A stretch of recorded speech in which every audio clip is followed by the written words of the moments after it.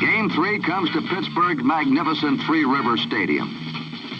The rout in Baltimore leaves some raw nerves exposed. Will the real Pirates please stand up?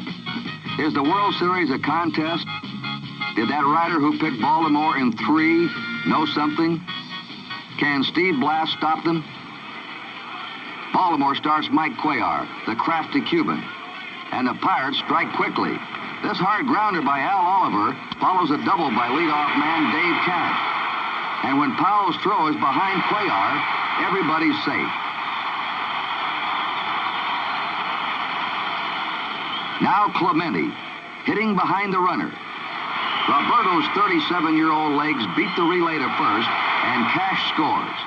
Hey, you nervous a little bit? No. They got 1 run, we'll even give them 1 or 2 more, but you stay around. Once you in at the end of the ball game. Now, double play ball, and we're out of the inning now, so let's go to work. Should have been over on first base now. We should have 2 out. Let's see you go to work. Come on.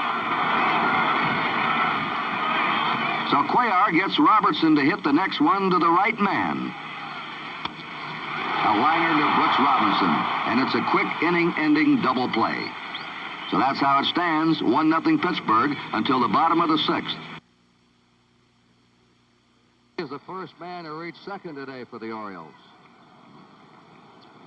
Now Boog Powell, whom the Pirates have been able to contain with 1 hit in 10 at-bats. But sometimes strings come to an end with a jarring halt.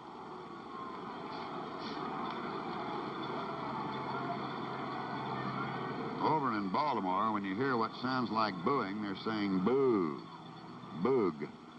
Don't know how Pirate fans are treating that. The infield shift is on now with Alley, Cash, and Robertson all on the first base side of second.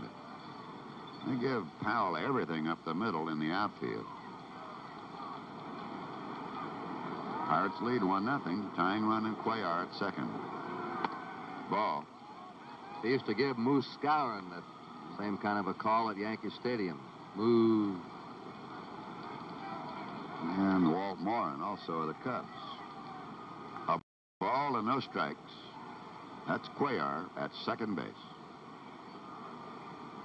Clemente is not very deep to Powell in right. He plays right field shallow on a lot of long ball hitters. Bouncer down to Bobby Robertson. He has him unassisted. A jamming pitch by Blass. No runs, no hits, no errors, and a man left. And we go now to the bottom of the 6th inning. Pittsburgh 1, the Baltimore Orioles 0.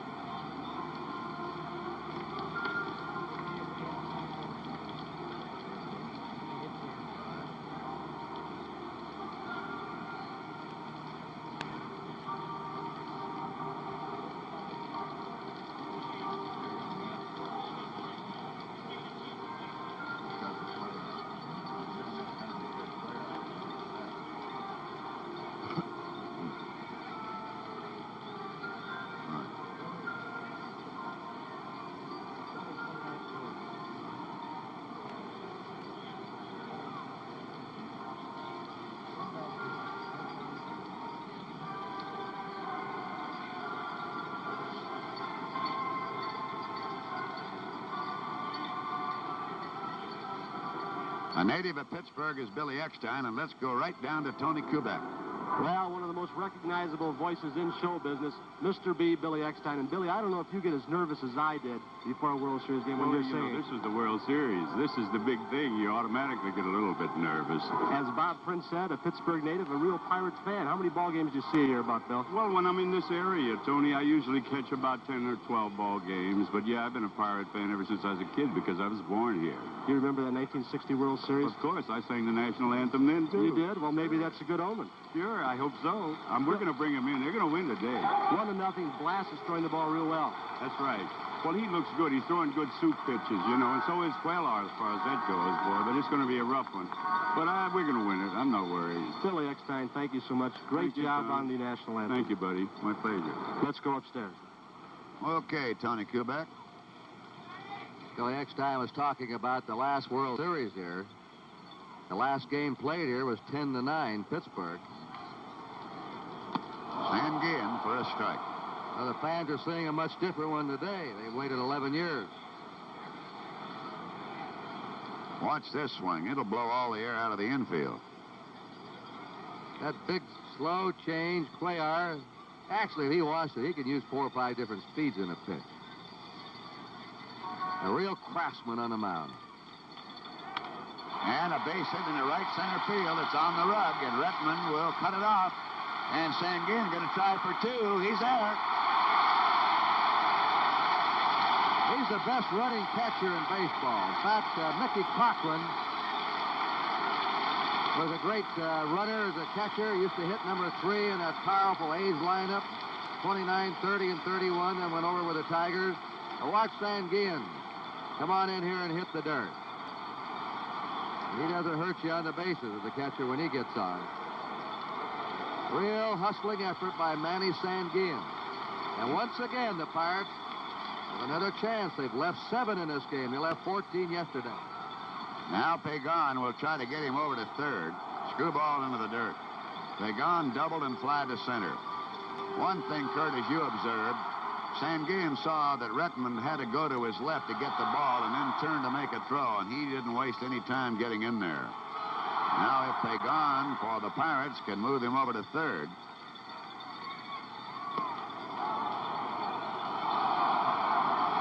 Well, a sort of a delayed call there, and Pagan doesn't particularly like it. 1 ball, 1 strike.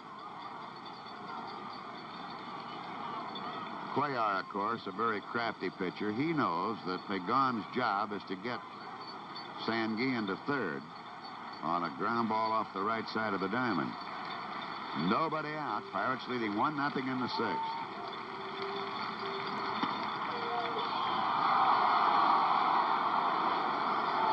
That fastball backed up.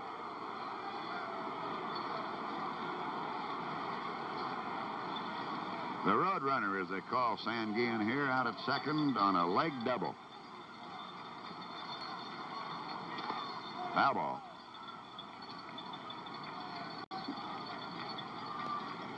Sanguin has never hit under 300. There's Gene Alley in the major leagues, and his average just keeps climbing. He has good power. Normally doesn't hit for too many home runs on the season. Hit 7, but he's a scrambling type of hitter. A ball, 2 strikes. 2-2. Playing Pagan very definitely to pull, and the right fielder Frank Robinson extremely shallow to him.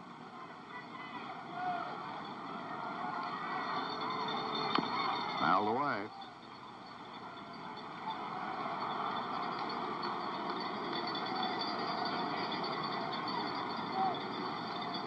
As Kurt Gowdy said, you just could not ask for a more beautiful day than they have here in Pittsburgh, Pennsylvania, for this 3rd game of the 1971 World Series, with the largest audience ever on NBC television.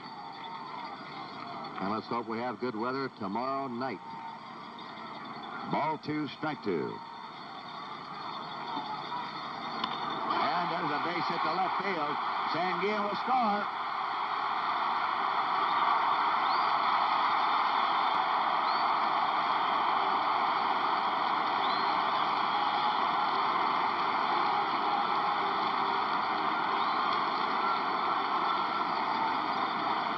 You know, Kurt, the Pirates have been trying to stay away from Brooks Robinson. That time they just got it up high enough where they could get it in there for the base hit.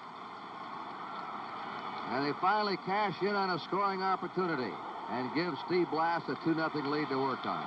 And we're going to get some action now in the Baltimore bullpen. Gene Alley, the batter, they're running and hitting. And Alley fouled it back off the screwball.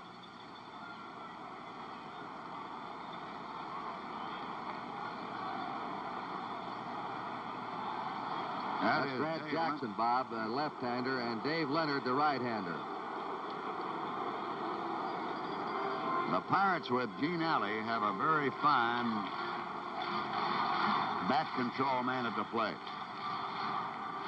Pirates possibly had the best in Dick Groat in the 1960 World Series and throughout that season. They're holding, and it's a chopper over the mound. It's going to be a tough play. They're only going to get one. Little bouncer up over the mound, and Belanger throws out Alley as Pagan takes second base unmolested.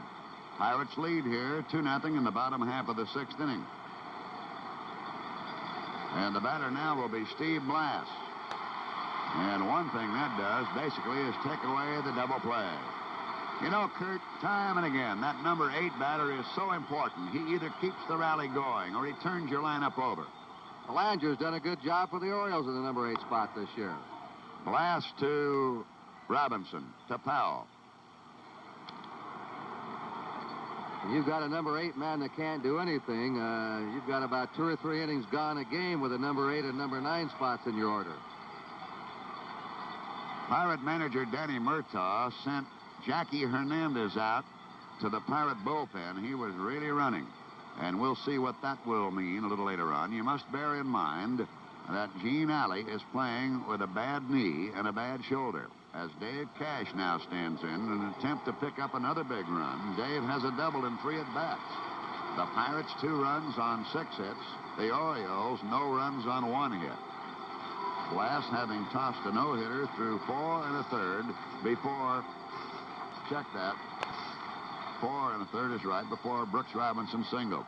There's Cash showing you what kind of a player he is. The ball into the dirt and immediately put his hand up in the air to say, Pagan, don't try to move. And Alley conceivably could have hurt his leg or re-injured it.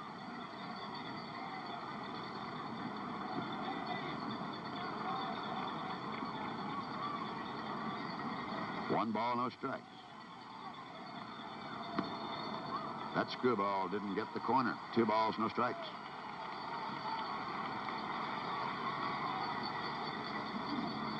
Mike Cuellar, one of the 4 20-game winners. Trailing 0-2 here in the 6th. And again misses and appears to be distressed with the call. On deck there, Al Oliver.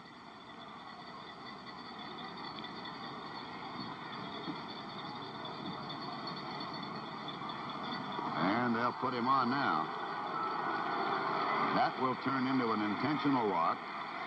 And that will be the 5th for the Pirates in this game. Cuellar averages only 2.4 walks every 9 innings. So he hasn't had his normally sharp control today. And with Palmer's 8 walks yesterday, Cuellar 5 today, 13 walks the Oriole pitchers have given up in 2 games. Now, Al Oliver reaching safely to first base twice on an error in the 1st inning that set up a run and walked in the 5th. A very dangerous hitter. That curveball outside. How far he's back from the plate, Bob. Yes, last year he was way up on the plate and got hit more, but also hit for a better average.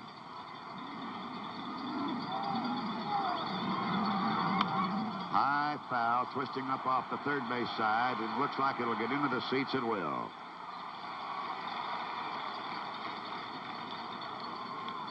You were talking earlier about Jim Russo and about a 5-inch thick book on the Pittsburgh Pirates. He certainly stayed with the Pirates long enough, better than a month, following them wherever they went. A ball and a strike. He's a super sleuth. 2-1. Pirates' counterpart has been Howie Hake, among others, of course, but they have a log also. 2 balls and a strike. Foul away. Murtaugh, Kurt Gowdy, said that his reports on the Baltimore Orioles lacked only one thing, and that was in the 1st game when they failed to tell him how high to play his outfielder. There he is, the smiling Irishman. Don't you believe that? 2-2.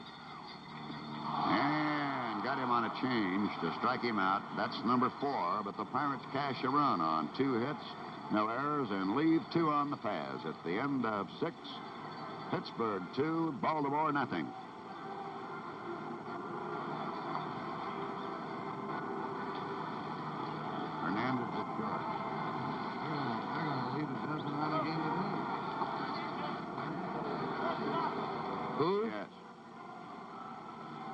his best. One of your best jobs, Tone. Hernandez to shortstop. Get that close.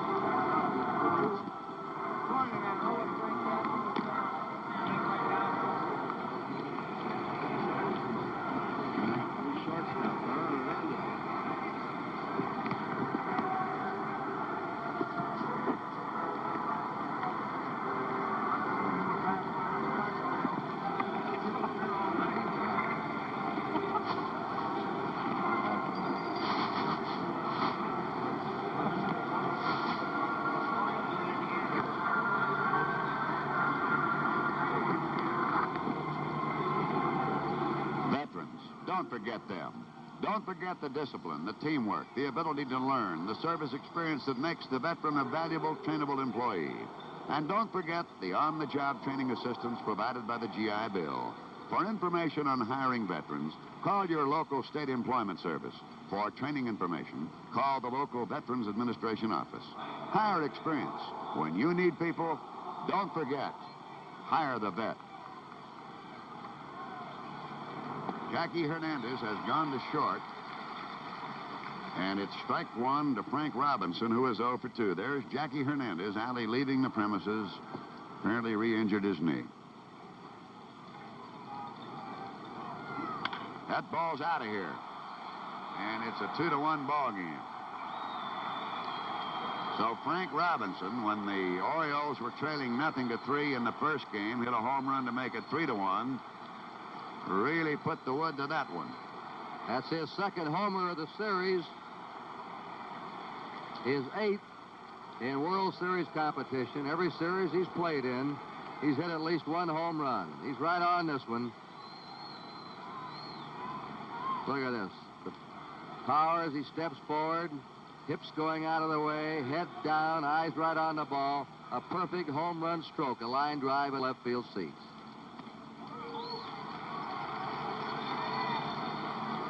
Batter in there now, Ellie Hendricks. He walked and struck out. There is now action in the Pirate bullpen, and there he is, Dave Justy. Change up, flogged foul off the right side.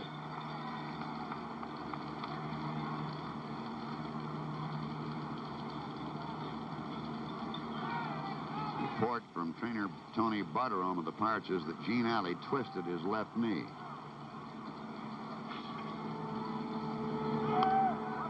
Jamming Ellie Hendricks that time.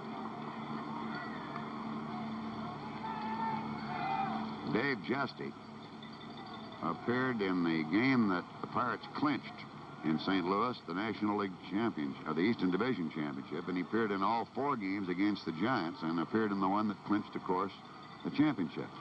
There's that changeup, the drop ball, and Sanguin will throw him out. So if you're keeping the score, strikeout number 5 and an assist for Sanguin and a put-out for Robertson. 1 away as Pirates lead Baltimore now, 2-1 here in the 7th.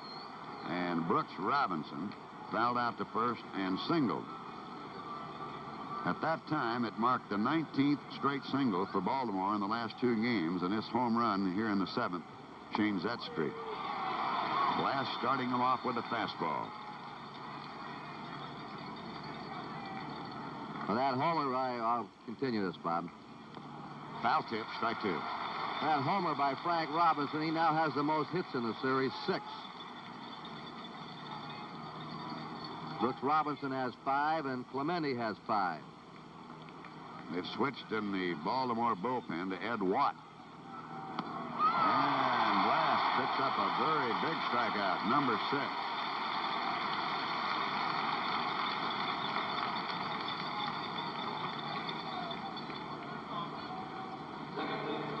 And in the first game, the Pirate pitching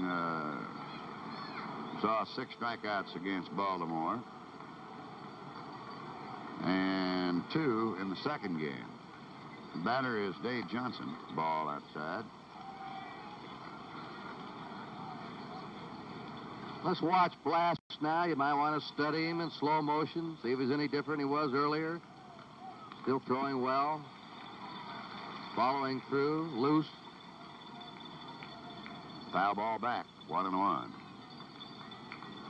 Ed Watt and Merv Rettenman were two of the gentlemen that I accompanied to Vietnam for the USO tour under the auspices of the Commissioner of Baseball last fall, along with Willie Stargell and Mudcat Grant, Kurt, and they did a great job.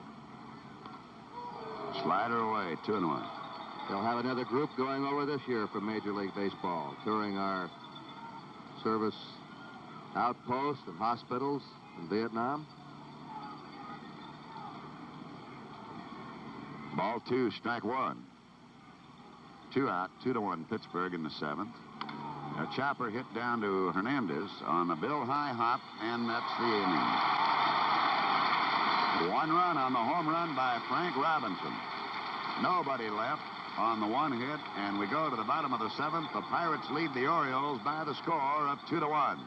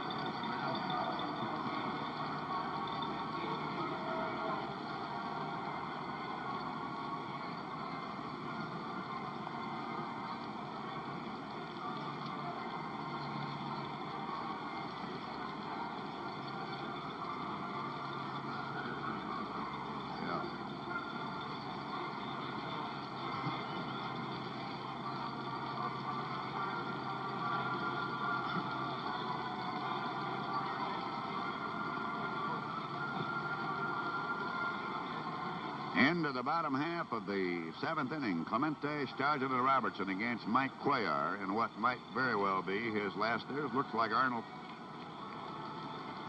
That's Jerry Hoffberger, the owner of the Baltimore Orioles.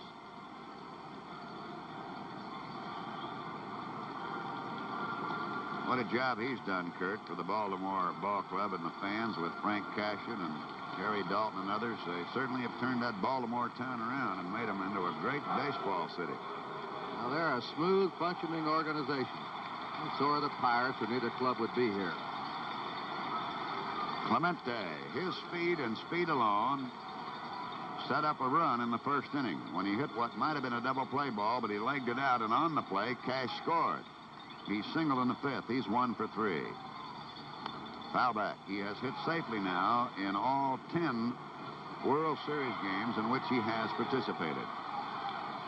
We'll get a good shot of him up there at the plate. You'll think that he's bailing out, but you watch from the waist up how he's out over that plate, and you have a tough time. You think you can jam him, and you can't. He unlocks the hips, and then if you stay outside with him, he'll pop you that way. He didn't want to do that one. A bobble by Cuellar. And he throws high. Error, Cuellar.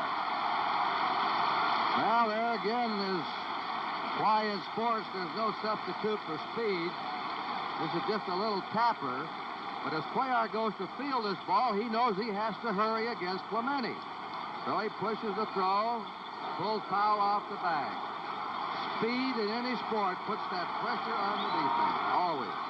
It certainly does, and that is now the 3rd Baltimore error. And this is a turnaround from back safely Clemente. From that standpoint, Baltimore, considered to be a peerless ball club on defense, come up with another boo-boo. Stargell, a ball. They made 3 errors in the game. They won the first game 5-3. Another one yesterday. Off the right shoulder. 2 balls and no strikes. Pirates leading here 2-1 in the 7th inning, and Willie Stargell, who has walked twice and struck out once, the batter. The runner at first, Clemente.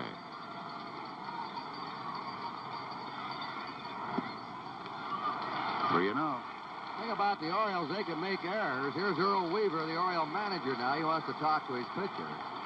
And nothing bothers this Oriole ball club. They play with a lot of poise. They go ahead and always play their own ball game after something happens. Well, I think that was pretty well shown when you and Chuck Thompson were televising that first game, getting 3 runs right away, and then coming up in the next inning, and the Pirates had a couple of men on and nobody out, and they just went about it as though there was nothing to it. Said Watt loosening down the line. Unless they've switched, and we'll double check. Well, let's switch back to Tom Dukes. 3-0 to Stargell. And that's the 3rd walk in this ball game for Stargell. The 6th in the contest. And Tom Dukes is definitely up, and the batter will be Bobby Robertson. How long, Kurt, can the Pirates keep knocking at the door without cracking through? I don't know. They've left 9 today. They left 3 in the 4th, 2 in the 5th, 2 in the 6th. Somewhere along the line, law of averages says they should come up with a big hit. We'll see what Cuellar does here. Ball. Well, Robertson almost had the big hit back in the first inning, as you described, with runners at first and second, but he lined it in the position where Robinson, Brooks, that is, could leap up and grab it, turn it into a double play. 1 ball, no strikes. Foul back. Now here are the Pirates with runners at first and second, and none out in the bottom of the 7th. Orioles leading 2-0 in the World Series, and yet this game is well within their grasp as the Pirates lead by only a tally, 2-1. Weaver has real confidence in Cuellar to leave him in there with a right-hander up. That ball's hit very deep to right field. It's going way back. It is gone.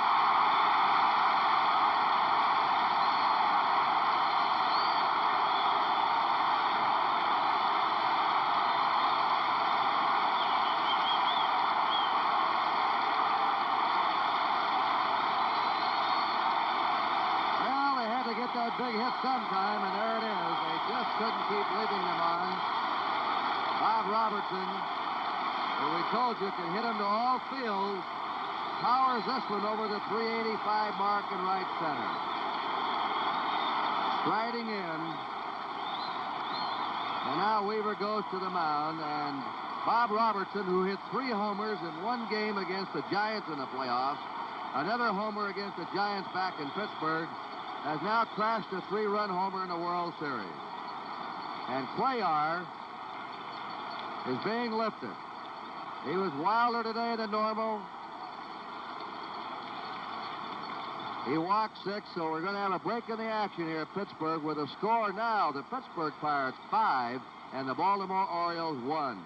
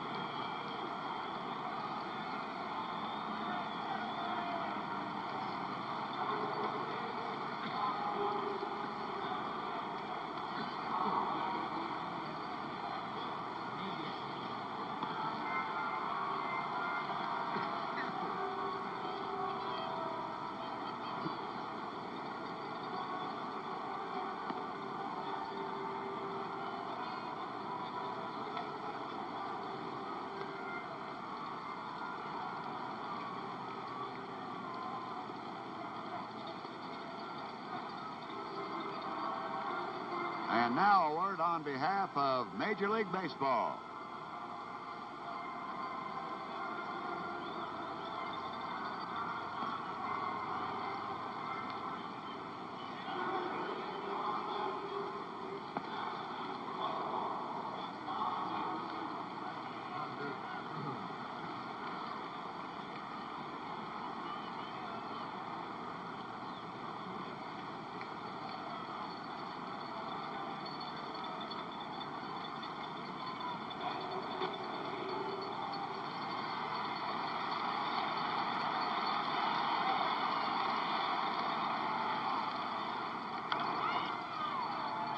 Sanguillen is the batter. Tom Dukes is on.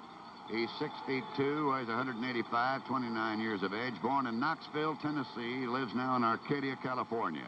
1971, he appeared in 28 ball games. He won 1 and lost 5. This is the first time since, of course, for 1 inning, the Pirates have been able to get into the bullpen. Strike 2. Came along from the San Diego trade with Pat Dobson.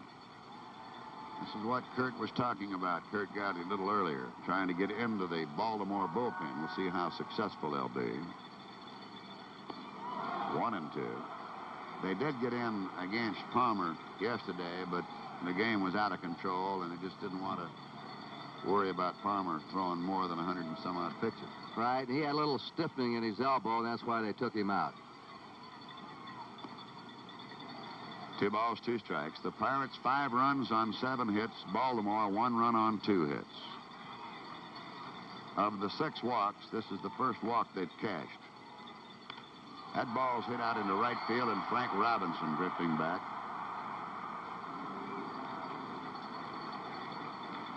Frank, even though he's playing in shadow, catches the ball off to his left. I guess he's learned to do that in the Sun Field at Memorial Stadium in Baltimore. Right, and he caught one earlier in the game in behind him, but he had it all the way. Here's Jose Pagan. Kurt was saying earlier that the Pirates had an unhappy young man in Richie Hebner being benched, and Pagan here has doubled and singled and drove in a very big run in the 6th. And fly ball to left, and Don Buford. He's playing the Sun Field, and there are 2 down to Jackie Hernandez. We'll see Hebner undoubtedly tomorrow, and a right-hander, Pat Dobson, pitches tomorrow night against a left-hander, Luke Walker. First night game of World Series history tomorrow night, and the action starts with our pregame report and the game at 7:30 Eastern Daylight Time here on NBC. Jackie Hernandez, who replaced Gene Alley, is the batter. He, on the season, batted at .206 with 3 homers, 26 runs batted in. And those 3 homers came against Philadelphia, and most of his runs batted in against the same club. Pirates lead 5-1, 2 down, none on. Down to third, and Brooks Robinson. Boog Powell, and that will do it. For the Pirates, 3 runs on a Baltimore error and a Bob Robertson 3-run homer. At the end of 7, the Pirates lead by the score of 5-1.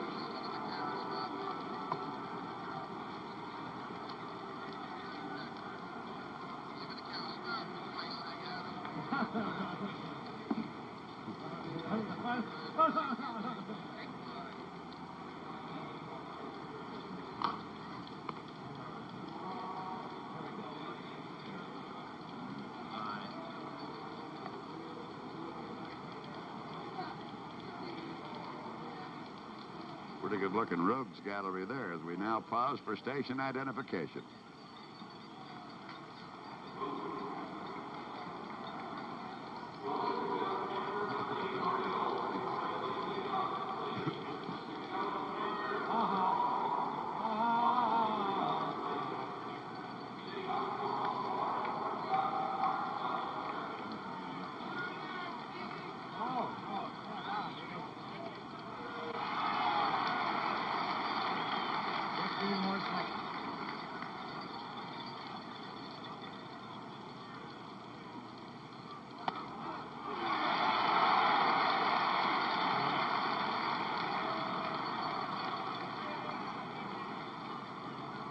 This is Mike Belanger, 0 for 2, and with Blass working extremely quickly, he has him 0-2 in the ball and strike count.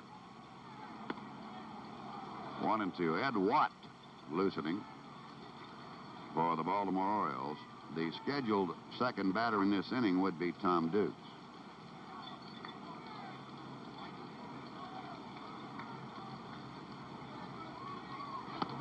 Got him, and that is the 7th strikeout. And that marks the most strikeouts in a single game against Baltimore in this World Series by Pirate pitching. Now we have Chopay coming up. S-H-O-P-A-Y. Tom Chopay. He'll bat in place of Tom Dukes. Now Sanguin is going out. Chopay on the season batted at .257. No homers and 5 runs batted in. Sanguin just out to chat a little bit. There's one thing, Kurt, that Sanguin is now doing more and more of going out and talking. The first year or two, you know, he didn't have the confidence, but now he does. Is there any language barrier? Not anymore, no. Of all. From Panama, they're expecting their firstborn in early November. 1 ball, no strikes. Outfield shallow and around to left. 1-1. You know, Kurt, if I didn't know that was Chopay up there, I'd swear it was Richie Ashburn. The way the Pirate outfield is defensing him. Way over to the left for the left-handed hitter. Sanguin wants an appeal at third. And our bench, apparently, the Pirate bench, is asked, and Mr. Rice doesn't care to call for it. 2 balls and a strike. Pittsburgh, 5 runs on 7 hits. The Orioles, 1 run on 2. Frank Robinson hitting a big home run. Foul back.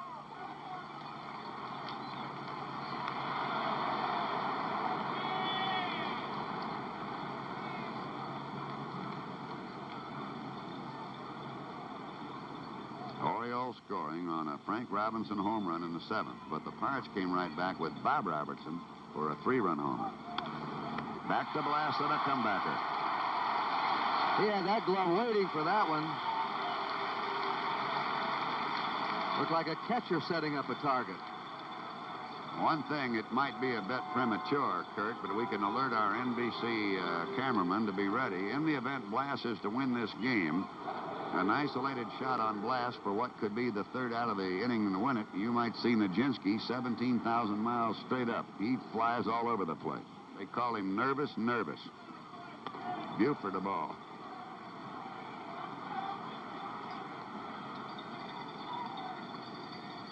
Hard to tell what he'll do if he should get that final out and win it. He can run most anywhere. 1-0. There's that changeup. As Kurt Gowdy told you, very early in the game, Blass will attempt that curveball and change it. And if he can get it over it effectively, he'll lock it in and stay there. There it is again. Just missing. 2 balls and a strike. But he'll not come back to it if, when he first tries it, he doesn't feel comfortable about it. Ball 2, strike 1. Foul ball off first.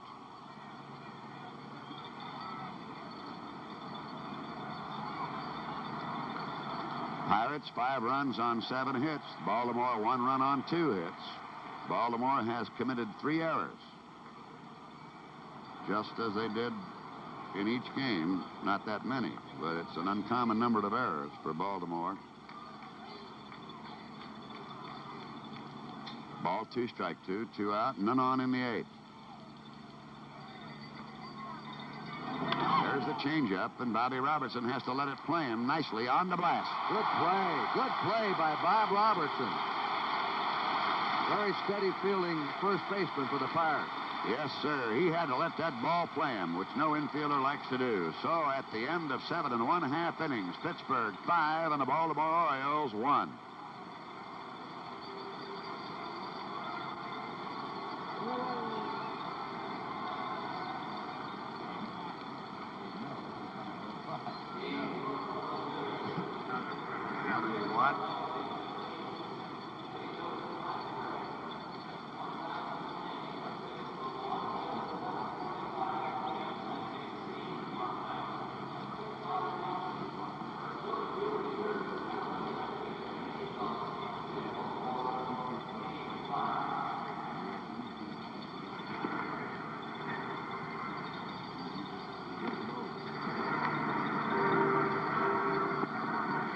Roger that. Who's he with?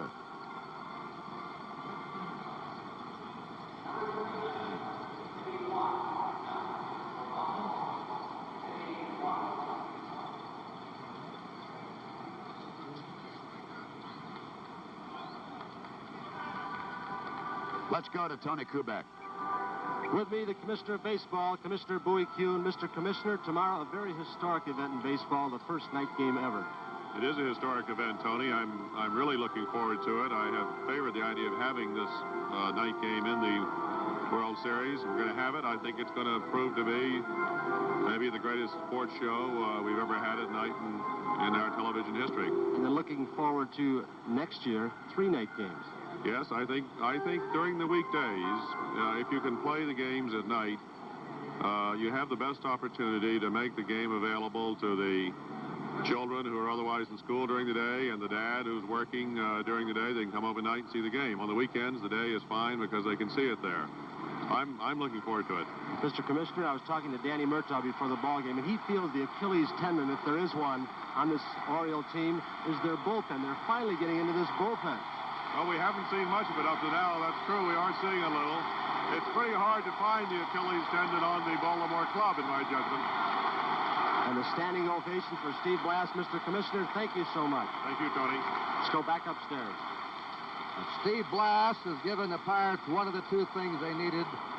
Effective starting pitcher. The other was timely hitting, and Bob Robertson has supplied that. Ed Watt has come on now to do the pitching. And a ball. Ed, 29 years of age, born in Iowa, lives now in Baltimore. 6th year with the Orioles. Fouled away.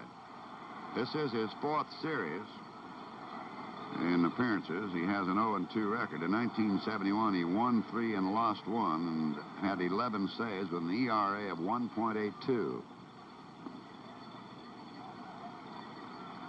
On deck, Dave Cash. Danny Murtaugh must be resting in behind him a little more comfortably for the moment. However, if you're looking ahead of the Baltimore 9th inning, Rettenman, Powell, and Robinson, if anybody keeps it going, Ellie Hendricks, and then Brooks Robinson. There's nothing easy about that 9th inning. A drop ball on the strikeout and the toss by Hendricks. That strikeout is the 5th against the Pirates. Now Dave Cash. And Dave will just lollipop coming up there to the plate, taking his time, giving Blass a little more breathing time, Kurt. They gave Blass a hand for running out that missed strike. He really hustled down to first. Dave Cash with a double and a run scored in the 1st inning. He lined out to center field twice, and then he drew an intentional pass. Pirates were leading 1-0, then made it 2-0 in the 6th when Sanguillen legged out a double, and Pagan drove a single to left. But Frank Robinson came back with a home run in the 7th inning to make it 2-1. Then Clemente got aboard on an error. The 3rd time in 4 at-bats he got on. Ball. Stargell drew a walk, the 3rd time this afternoon. It was also the 6th walk of the ball game for Baltimore pitching. Then Robertson went the wrong way for a home run. High fly to left field and Don Buford. There's Buford. And there are 2 down in the Pirates' 8th inning. Pirates lead 5-1. The attendance here today, 50,403. I'll remind you again that tomorrow's night game, the first in World Series history, will be right here on NBC. The World Series report with Joe Garagiola and Sandy Koufax at 7:30 Eastern Daylight Savings Time. The ball game itself at 8 p.m. Ball 1. Pat Dobson will go tomorrow. And manager Danny Murtaugh has indicated, Kurt, he'll go with the left-hander Luke Walker. Right. 1-1. A 2-hitter thus far by Blass. And with 2 down, Oliver 0 for 3 the batter. Into the dirt. Oliver got aboard on an error in the 1st inning. That helped set up the Pirate run, although the run was earned. Then he fouled out to left field. Walked in the 5th inning and went down swinging in the 6th. High pop-up in the infield. Coming up for it, Davy Johnson, the 2nd baseman. And that'll put the Pirates away in 1-2-3 fashion in the 8th inning. So at the end of 8 full innings of play, Pittsburgh 5 and the Baltimore Orioles 1.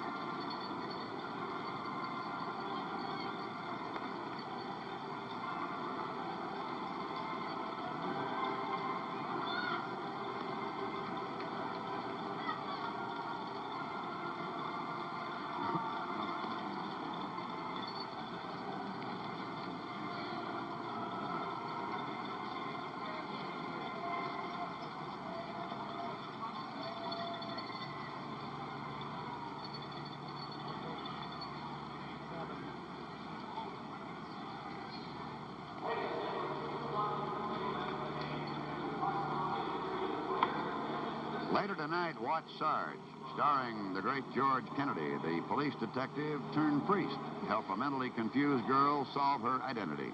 That's Sarge, tonight at 8:30, 7:30 Central Time, right here on NBC. Well, here's Merv Rettenman. He's 0 for 3. Grounded to short, slide to right, and went out on a comebacker to the mound, Steve Blass. Ball 1. Dave Justy is loosening for the Pirates.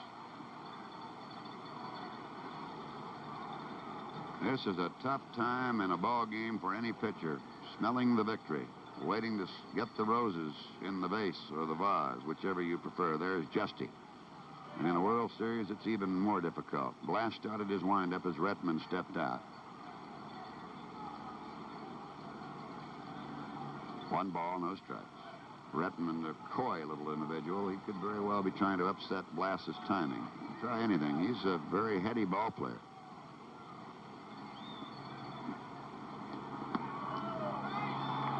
Two and 0.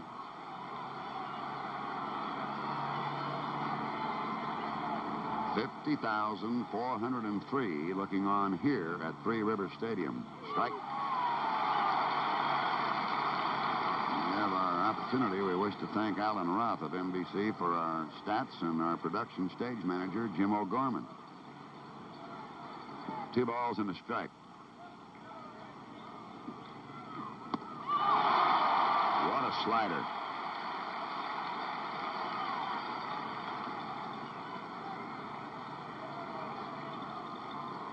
Four of his 7 strikeouts have been in the last 3 innings. Ball 2, strike 2. Here's where Blass wants the favorable decision if he can get it. He did. And that is the 8th strikeout, the most against the Baltimore team thus far in the World Series on a game basis, Kurt Gowdy. That's right, and Blass hitting those corners and those right-handers, that outside corner especially. Boog Powell, he's been contained on 2 jamming pitches in the 1st inning when he bounced to 2nd, again the 1st and the 6th. Was called out on strikes in the 4th on a changeup.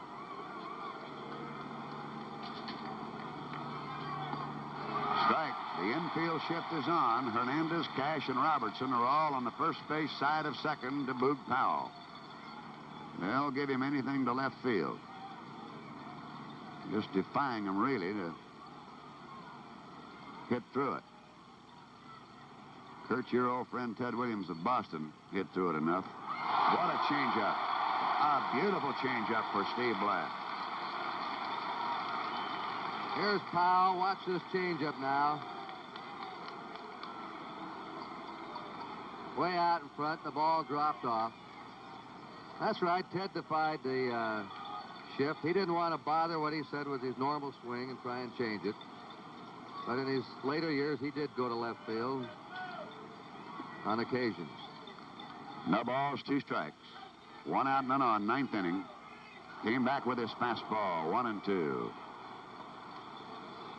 Boog Powell has a half-brother in the Pirate organization, Carl Taylor.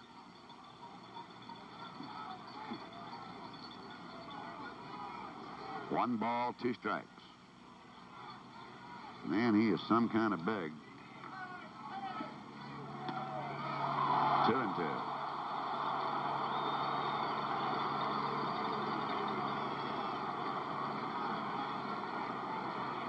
Suppose that adrenaline is flowing a little bit throughout the system of Steve Blass right about now, Kurt. He's a couple outs away from the biggest thrill of his life. 2-2. The changeup fouled away.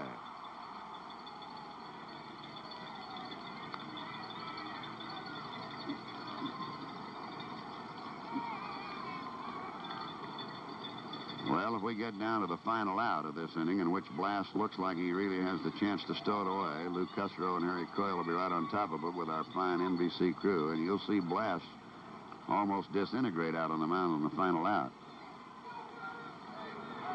High fly out of the right center field, and Al Oliver. That ball's hit out a ton, but he's got it.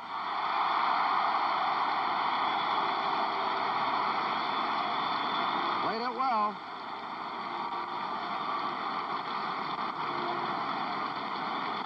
A little bit of partisanship there beat him, but I don't know how that looks to Baltimore fans, but to Pirate fans, it must look pretty good. There's been somewhat of a drought. Baltimore beating them 5-3 and just blowing them right out of the box yesterday in Baltimore 11-3. So now Steve Blass goes to Frank Robinson, who struck out, fly to right, and hit a booming home run at the upper deck in the 7th inning. And unless Frank Robinson does something, Baltimore's 16-game winning streak is coming to an end. 1 ball, no strikes. There he is, the man of the moment for Pittsburgh, Steve Blass. 2-0. Dave Justy continues to loosen.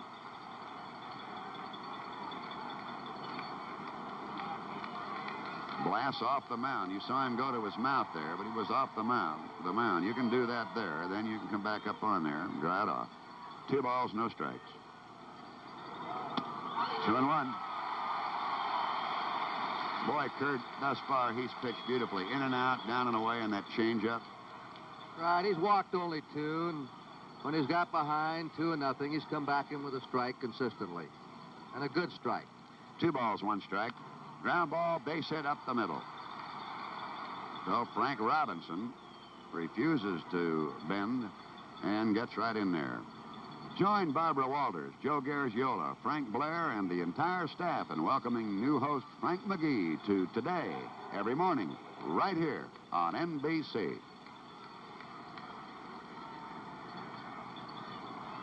That is just the 3rd hit surrendered by Blass, 2 of the 3 by Robinson, and now Ellie Hendricks, who walked, struck out twice, standing in 0 for 2 on the afternoon. The Pirates here in the top of the 9th, leading 5-1. The infield shift is on. Strike. And there is absolutely nobody holding to Frank Robinson. Playing right on the line, guarding against the extra base hit to his left is Bob Robertson. There you see the shift. Shadows now beginning to creep out more and more. But one thing about the stadium here, pitcher and batter are both in sunlight. The changeup, flip foul off third, running hard, Pagan, and can't get it. Of course, we don't know how far this series is going to go, but Frank Robinson has a chance to challenge a record. He now has 7 hits in this, the 3rd game of the series. The all-time record for most hits in a World Series in 7 games is 13, held by Bobby Richardson and Lou Brock. 6-game series, Billy Martin holds the record with 12 hits. Frank Robertson has 7 hits so far. You'd have to say he has a leg up, Kurt. The outfield around to the right. The gap is in left center field. The Pirates leading 5-1. Steve Blass, 1 out away from the first victory of the series for the Pirates. There's a drive right down to Cash on a short hop. The Buccos win. Look at Blass. Steve Blass, he ran right over there. He was at first base, taking no chances. And he pitched a magnificent 3-hitter today. The final score, the Pirates 5 runs, 7 hits, no errors. Baltimore 1 run, 3 hits, and 3 errors.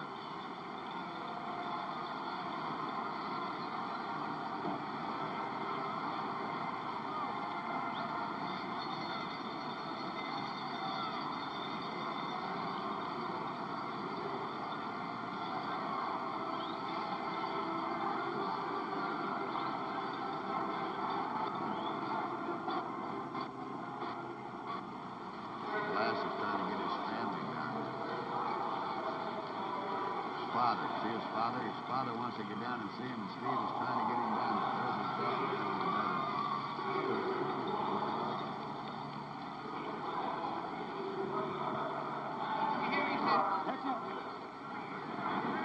Hey, congratulations.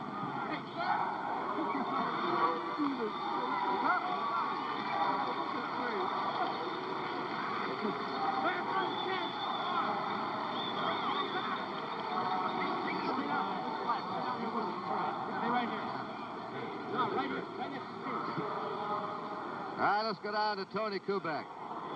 Thank you, Kurt. With me down here, Steve Blass, today's winning pitcher, and Mr. Blass. Mr. Blass, you've been crawling all over your son. This is quite a thing for him, isn't it? Why, I guess so. Boy, this is something I can't say anymore. Boy, this is great. I'm going to talk to your boy right now. Steve, I'll tell you, I haven't seen many stronger pitching performances in recent years. You were strong at the end of this ball game, too. Well, yeah, I felt real good. It's kind of a letdown now. I feel really weak, but with all the adrenaline you got going pitching a World Series, when Brooks Robinson says he gets emotional about this thing, and he's played it so many times, you can imagine how I feel, this being the first time.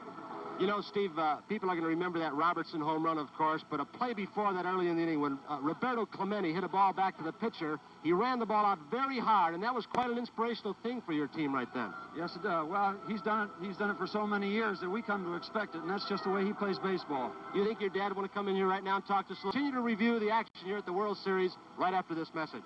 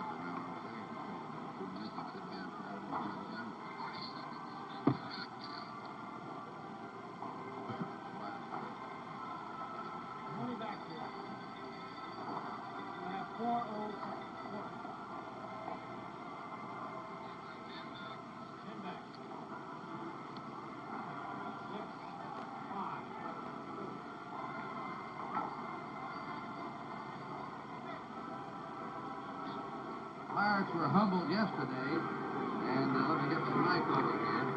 Pirates were humbled yesterday, but this is almost like the '60s series. They were beaten 16-3, 12-0, 10-0, but the Yankees, but still came back to win it. I wonder if history could repeat. Well, it might have a shot, Kurt. One of the big things, of course, about the Pirates this time, they hung right in there with that good pitching, as you pointed out throughout the telecast, and picked up the big long ball off the bat of Bobby Robertson, and with good hustle and very steady pitching by Steve Blass, that turned them around a little bit, and, of course, they'll be trying it again tomorrow night right here on NBC. Starting pitching, and finally a timely hit by the Pirates did it. Robertson's 3-run homer, and it's 5-1 Pittsburgh. And the series now is Baltimore 2 games, Pittsburgh 1, and Kurt Gowdy, Bob Prince, and Tony Kubek, thank you for looking in. Game 3 of the 1971 World Series has been brought to you by Phillips 66, the Performance Company. At Phillips 66, it's performance that counts. By Chrysler Corporation, extra care and engineering. Your host today, your local Dodge dealer. And by the two-bladed razor, the new Gillette Track 2 twin-blade cartridge shaving system. Coverage of the fourth game starts with Joe Garagiola and Sandy Koufax on World Series Report tomorrow night. First night game in history at 7:30 Eastern Daylight Time right here on NBC.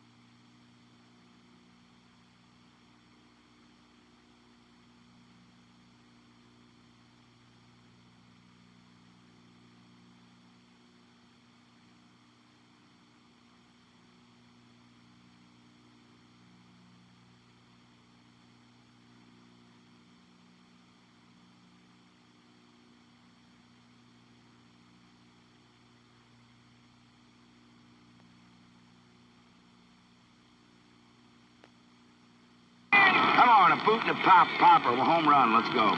In the 7th, Frank has his 3rd shot at Blass.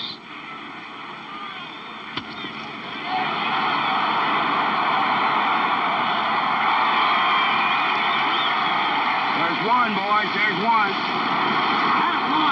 Attaboy, Frank. Come on, let's see what we can do. He's out of gas out there. Let's go. In Pittsburgh's half, Clemente pulls back from a pitch, hits it anyway, and hustles pitcher Cuellar into a hurry-up throwing error.